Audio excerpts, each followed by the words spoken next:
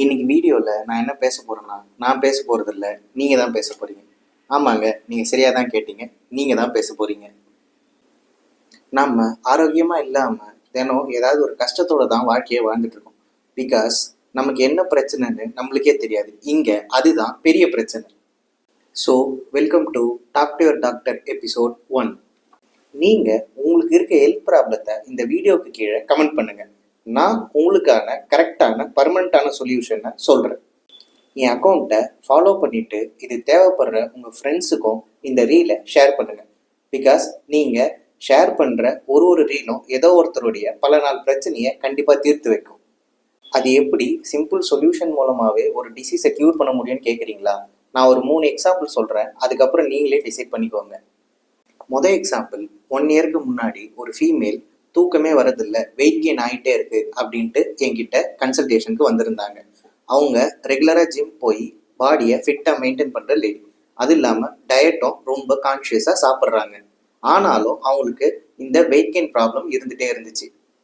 So இவங்களுடைய பிரச்சனை சாப்பாடோ எக்ஸசைஸோ கண்டிப்பாக இல்லை. அவங்கள செக் பண்ணி பார்த்ததில் அவங்களுடைய தைராய்டு வேல்யூ ரொம்ப அப்நார்மலாக இருந்துச்சு. ஸோ இந்த தைராய்டு அப்நார்மாலிட்டி தான் இவங்களுடைய இந்த பிரச்சனைக்கான ரீசன்ஸ்.